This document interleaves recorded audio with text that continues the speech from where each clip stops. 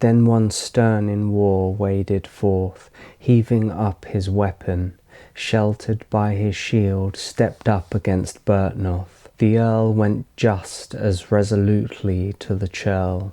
Either of them were intending evil to the other. Then the sea warrior sent a southern spear that wounded the lord of the warriors. Byrhtnoth shoved it with his shield so that the shaft burst, and that spearhead broke so that it sprang out again. The fighting warrior became infuriated. He stabbed with his spear the proud Viking who had given him that wound. Aged was the army warrior. He let his spear go forth through the neck of the young warrior, guided by his hand so that he reached the life of that sudden attacker. Then he swiftly pierced another Viking so that the mail shirt burst. That one was wounded in the breast through the ring locks. The poisonous point stood at his heart. The earl was the happier. Then he laughed. The mindful man said thanks to the measurer for the day's work which the Lord had given him.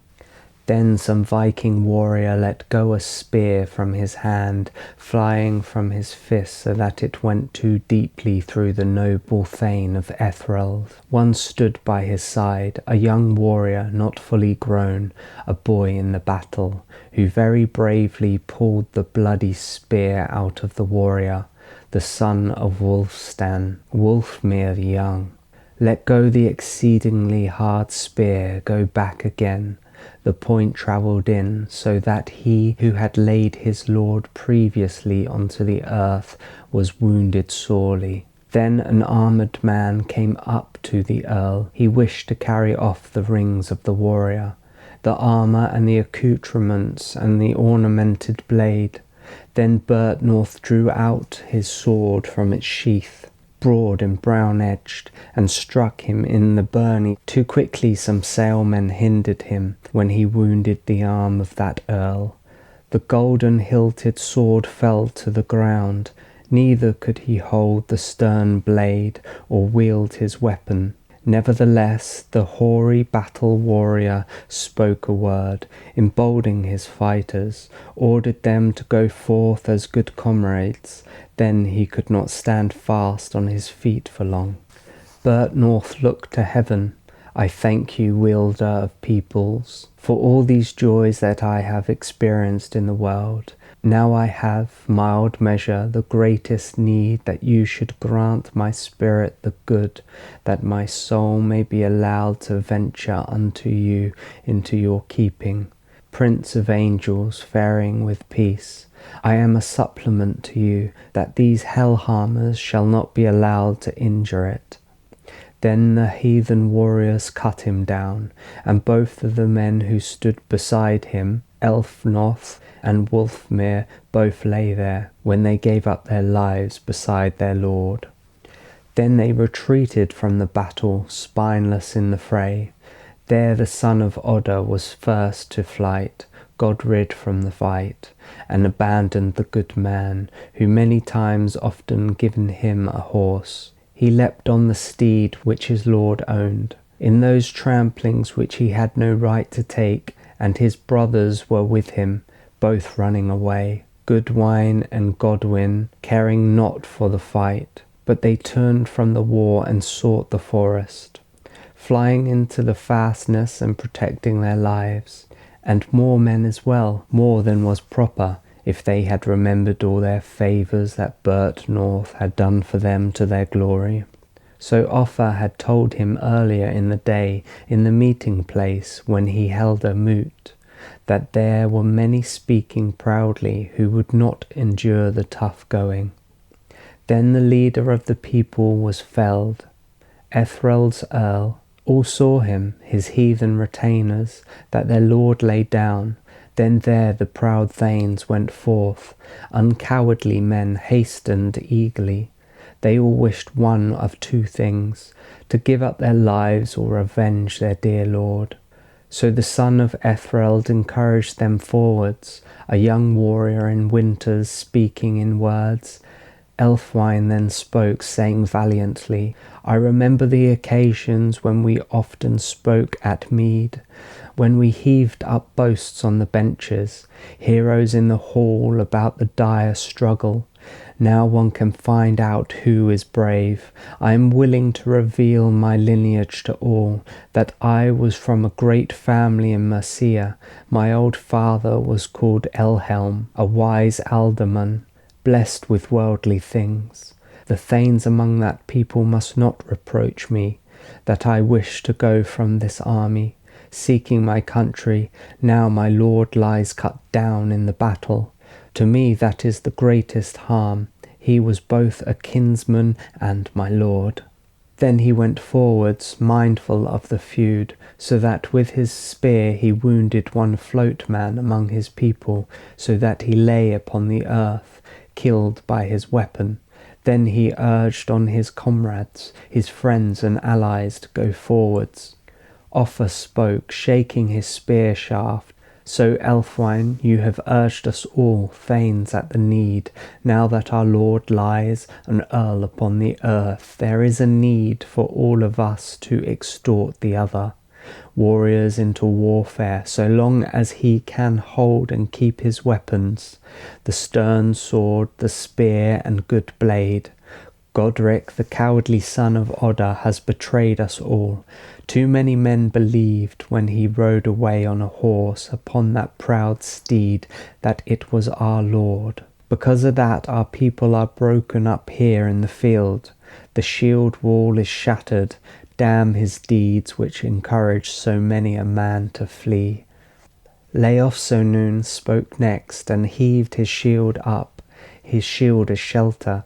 He said to the warrior, I promise that I will not flee from here one step of the foot, but I will go further, avenging in this struggle my friendly lord.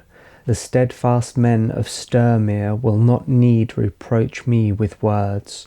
Now my friend has fallen, that I should travel lordless home, turned from the war.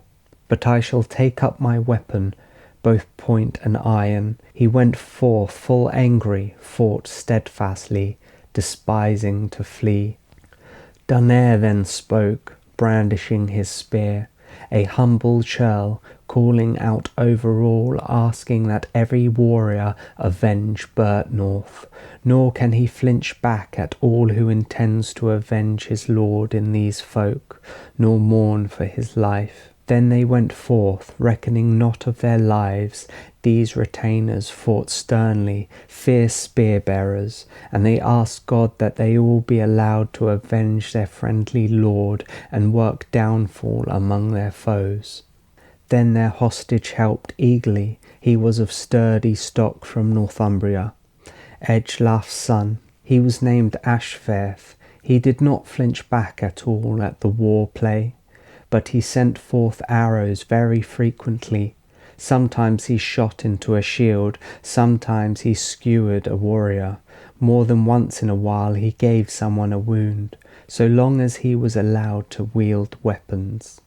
Still at the van stood Edward the Tall, ready and eager, speaking boastful words, that he would not flee a foot of land, or bend backwards while his superior lay dead. He broke the Viking shield wall, and with their warriors fought, until he had worthily avenged his treasure-giver upon the seamen, before he too lay dead among the slain.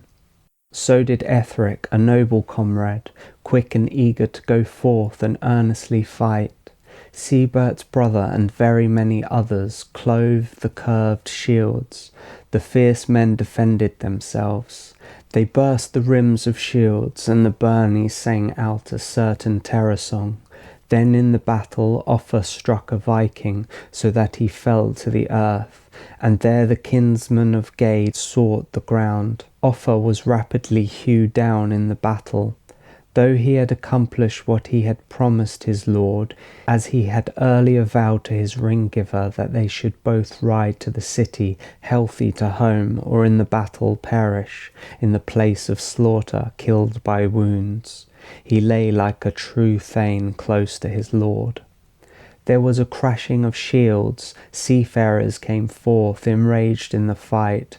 The spear often went right through the life-houses of the fated.